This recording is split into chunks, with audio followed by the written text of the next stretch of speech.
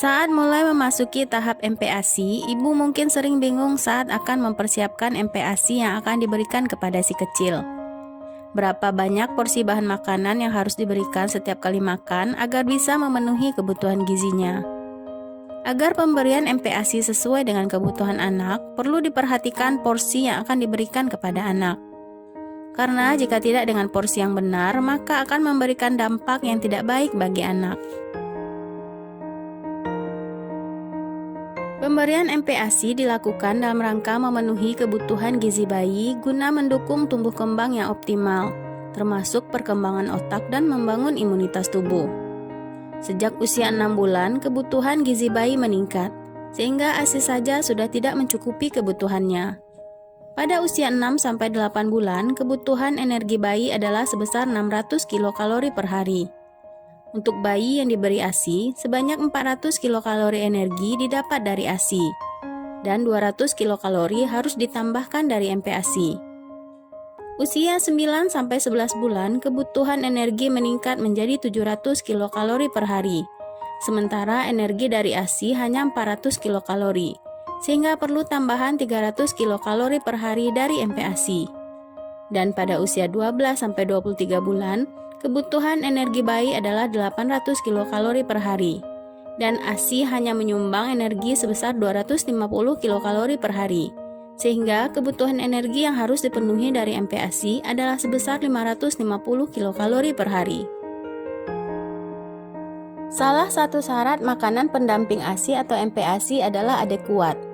MPASI yang adekuat adalah MPASI yang mengandung energi, protein, dan mikronutrien yang memenuhi kebutuhan bayi yang sesuai dengan usianya.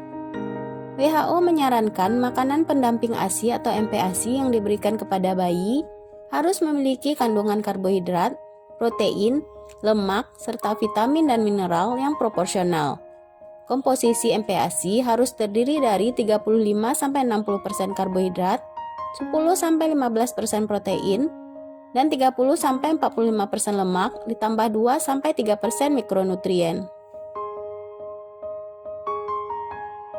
Kebutuhan gizi anak per hari berdasarkan usia dapat dilihat pada tabel berikut ini.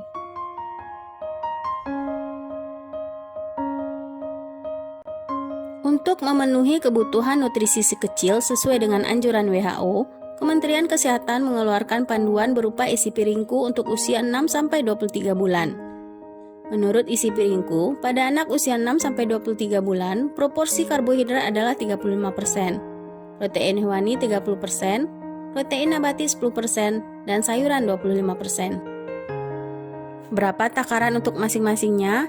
Yuk simak penjelasannya. Karbohidrat merupakan sumber nutrisi yang penting untuk membentuk energi. Pemenuhan kebutuhan energi untuk usia 6-8 bulan yang berasal dari sumber karbohidrat dapat berupa 20-30 gram nasi atau sekitar 1,5-2 sendok makan untuk setiap kali makan.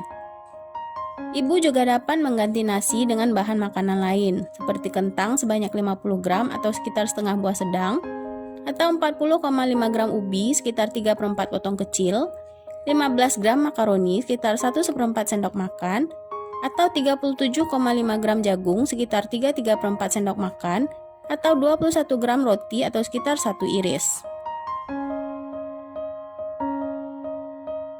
Untuk usia 9-11 bulan, ibu dapat memberikan 25-40 gram nasi, sekitar 1/3 sampai 2/3 sendok makan, atau 70 gram kentang sekitar 3/4 buah sedang, 56,7 gram ubi sekitar 1 potong kecil, atau 21 gram makaroni sekitar 1/3 sendok makan, atau 52,5 gram jagung sekitar 5/4 sendok makan, atau ibu juga bisa memberikan 29,4 gram roti atau sekitar 1/4 iris untuk setiap kali makan.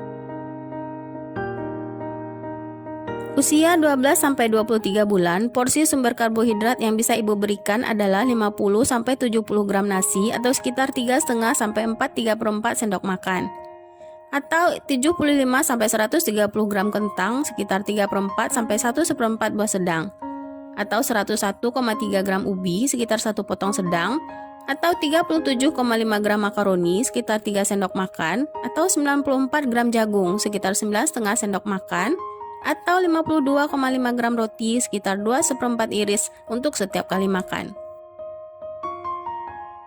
Untuk porsi karbohidrat sehari, ibu tinggal mengalihkannya dengan frekuensi makan si kecil. Untuk usia 6-8 bulan, frekuensi makan si kecil adalah 2-3 kali sehari. Usia 9-11 bulan 3-4 kali sehari, dan usia 12-23 bulan 3-4 kali sehari.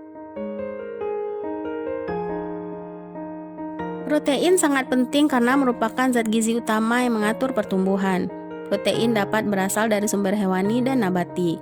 Namun untuk MPASI, utamakan protein hewani, karena mengandung asam amino esensial yang lebih lengkap yang dibutuhkan si kecil.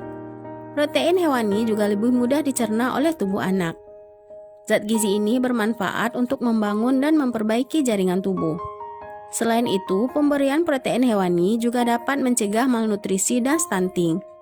Asam amino yang tinggi pada protein hewani dapat meningkatkan penyerapan mineral seperti seng dan besi yang dapat mempengaruhi pertumbuhan.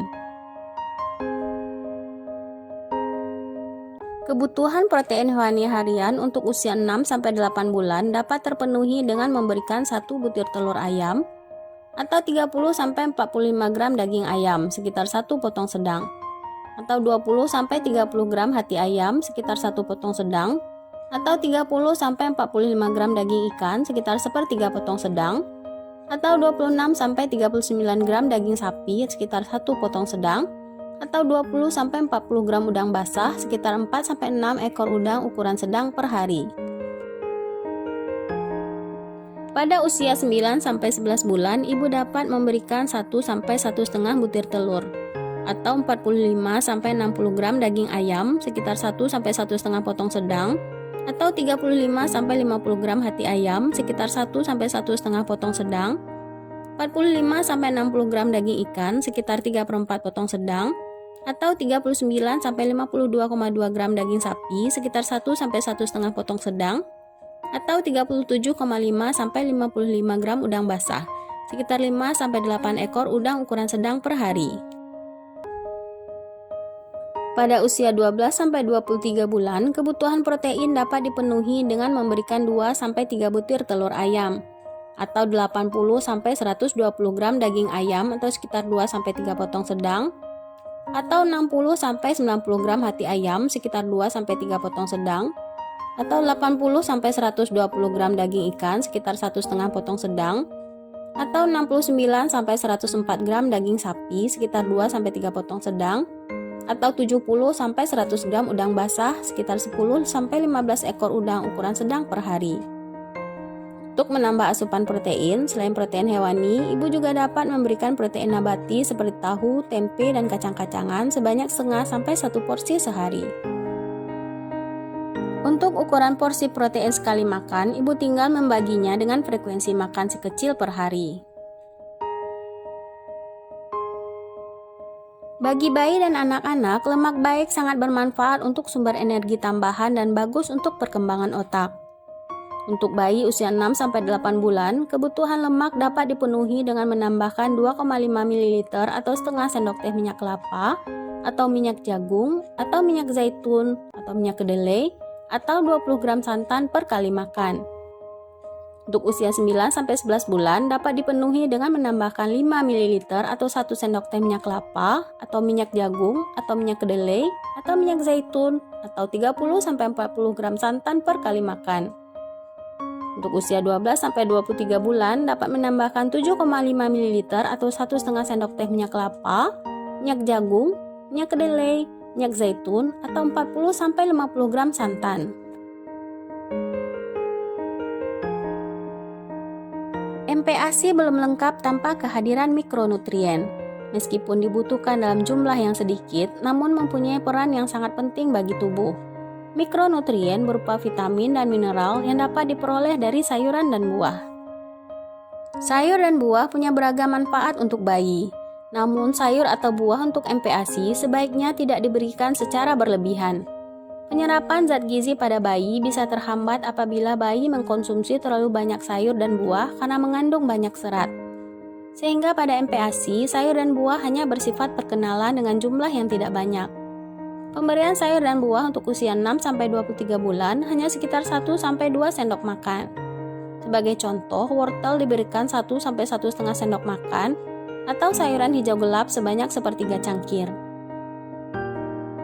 Untuk ibu ketahui, tidak ada satupun bahan makanan yang mengandung zat gizi yang lengkap. Oleh karena itu, ibu harus memberikan makanan yang beragam kepada si kecil. Selain untuk memenuhi kebutuhan gizinya, pemberian makanan yang beragam dapat mengembangkan kemampuan si kecil untuk menerima bermacam-macam makanan dengan berbagai rasa dan bentuk, sehingga si kecil tidak menjadi pemilih makanan.